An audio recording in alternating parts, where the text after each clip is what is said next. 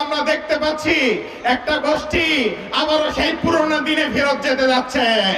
যারা জুলাইয়ের বিরুদ্ধে অবস্থান নেবে, এই 24 পরবর্তী সময়ে জুলাইয়ের বিরুদ্ধে অবস্থান নিয়ে এই বাংলাদেশে আর কারো রাজনীতি করার সুযোগ নেই।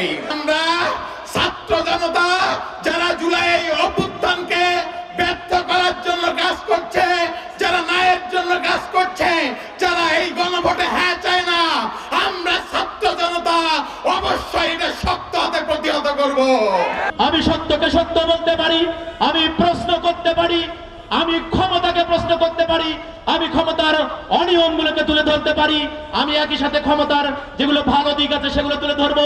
আমি গণমানুষের কথা বলবো, আমি প্রত্যেকটি মানুষের ন্যায়ের পক্ষে বলবো, প্রত্যেকটি মানুষের অধিকারের কথা বলবো, আমি মানবাধিকারের কথা বলবো, আমি নৈতিকতার কথা বলবো, ইনসাফ এবং ন্যায়ের কথা বলবো, আমি সাম্যের কথা বলবো। এই কথাগুলো যদি আমি একজন গণমাধ্যম কর্মী হিসেবে বলতে চাই, নিশ্চিত করতে চাই, তাহলে গণভোটে আমাকে হায়ের পক্ষ নিতে হবে। ফ্যাসিস্ট হাসিনা পালিয়ে গেছে, কিন্তু তার গঠিত ফ্যাসিস্ট কাঠামো এখনো রয়ে গেছে। আমরা যদি বাংলাদেশের ইতিহাস পর্যালোচনা করে দেখি, বারে বারে যারা ক্ষমতা আসে বাংলাদেশের সিস্টেমের সুযোগ নিয়ে, এই যে ফ্যাসিস্ট কাঠামোর সুযোগ নিয়ে তারা ক্ষমতার অপব্যবহার করে।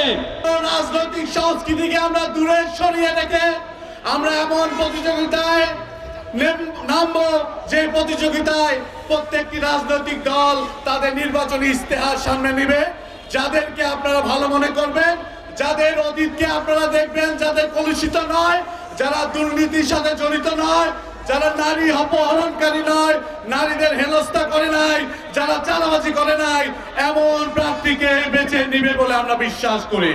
বছরের ফ্যাসিবাদী কাঠামো এবং ভারতীয় আধিপত্যবাদের জুলুম আমাদের সমস্ত নাগরিক অধিকারগুলোকে কেড়ে নিয়েছে আমাদের গণতান্ত্রিক অধিকার, কেড়ে নিয়েছে আমাদের সাংবিধানিক অধিকার।